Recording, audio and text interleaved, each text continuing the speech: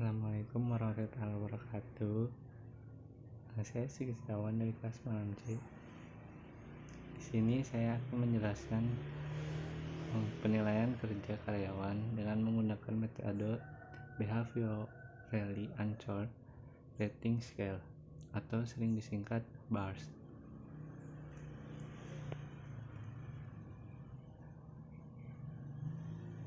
Kita masuk ke dalam pengertiannya.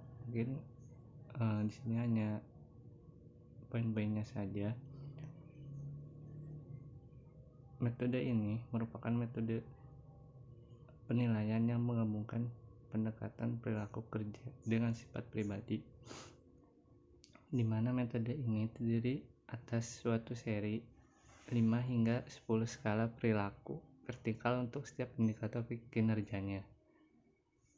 Metode ini juga pada umumnya disusun oleh suatu tim yang terdiri atas spesialis sumber daya manusia, manajer, dan pegawai lainnya. Tahapan dalam pelaksanaan metode ini yaitu ada 5 tahapan. Yang pertama, membuat critical incident.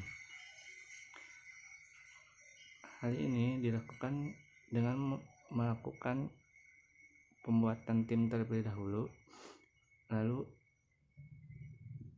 dilakukannya dengan cara bertanya kepada seseorang yang mengetahui pekerjaan atau pemegang jabatan untuk bisa menjelaskan ilustrasi khusus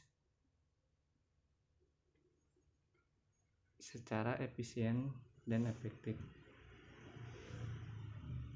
Yang kedua yaitu mengembangkan dimensi kerja, di mana dalam tahap ini setelah penyusunan dan wawancara tersebut, lalu kejadian tersebut itu dikelompokkan ke dalam kelompok yang lebih kecil dimensinya dan didefinisikan setiap dimensinya seperti keterampilan menjual. Yang ketiga, mengalokasikan kembali kejadian, di mana dalam tahap ini kelompok lain dari orang-orang yang juga mengetahui pekerjaan ini kemudian mengalokasikan kembali kejadian kritis ini dari awal, lalu dibuatkan definisi pengelompokannya dan kejadian kritisnya. Harus menugaskan kembali setiap kejadian tersebut untuk kelompok yang dianggap paling sesuai. Yang keempat, membuat skala kejadian. Di tahap ini dibuatkan suatu peringkat perilaku yang dijelaskan oleh kejadian tersebut dengan seberapa efektif dan efisiennya kejadian itu, lalu setiap perilakunya mempresentasikan kinerja pada dimensinya masing-masing. Yang terakhir yaitu mengembangkan perangkat akhir maksudnya itu. Dalam tahap akhir ini pilihlah sekitar 5 hingga 10 kejadian sebagai standar perilaku dimensi tersebut. Jadi di tahap akhir ini kita bisa memilih 5 hingga 10 kejadian, lalu kita alokasikan sebagai standar perilaku dimensi tersebut.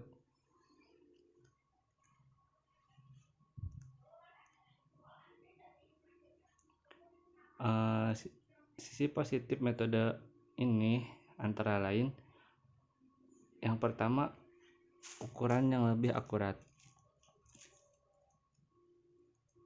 Orang-orang yang mengembangkan metode ini adalah mereka yang ahli di bidang sumber daya alam. Hal ini seharusnya bisa menghasilkan pekerjaan dengan akurasi yang lebih baik. Dengan metode ini juga kita bisa mendapatkan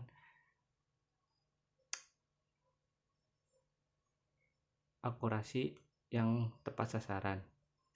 Yang kedua, standar yang lebih jelas.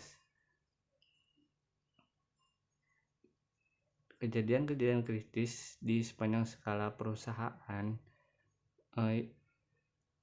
yang harus dicari berkaitan dengan kinerja supporter, kinerja rata-rata, dan seterusnya.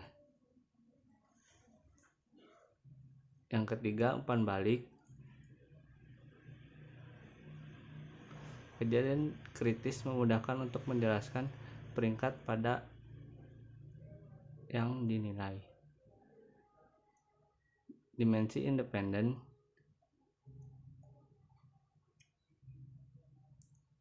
Sisi positifnya, kita dapat mengelompokkan secara sistematis kejadian kritis ke dalam 5 hingga 10 dimensi kerja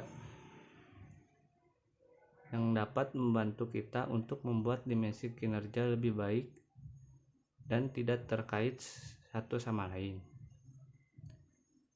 Yang terakhir yaitu konsistensi.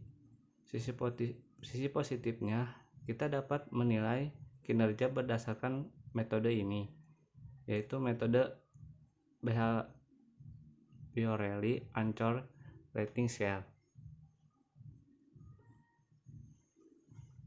Karena penilaian ini dapat diberikan oleh penilai yang berbeda-beda terhadap orang yang sama akan cenderung pada tahap tersebut.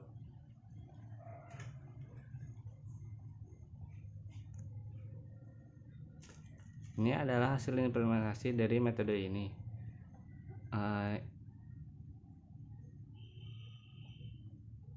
Yang pertama itu ada indikator, lalu ratingnya, dan ancornya, di mana ancor tersebut merupakan sebuah perilaku yang menunjukkan kinerja untuk setiap dimensi. Ancor tersebut disusun dari yang nilainya paling tinggi hingga yang nilainya paling rendah.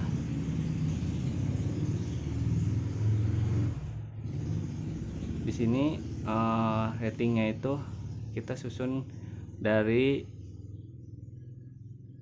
rating yang paling tinggi dulu sesuai dengan pengertian dari ancor tersebut. Jadi dari rating 5 hingga rating 1. Dan indikatornya itu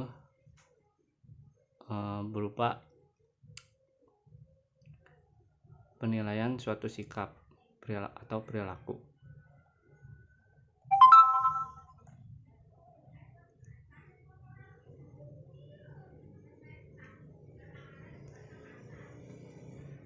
Sekian presentasi dari saya. Kurang lebihnya mohon maaf. Wabillahi taufiq wal hidayah. Wassalamualaikum warahmatullahi wabarakatuh.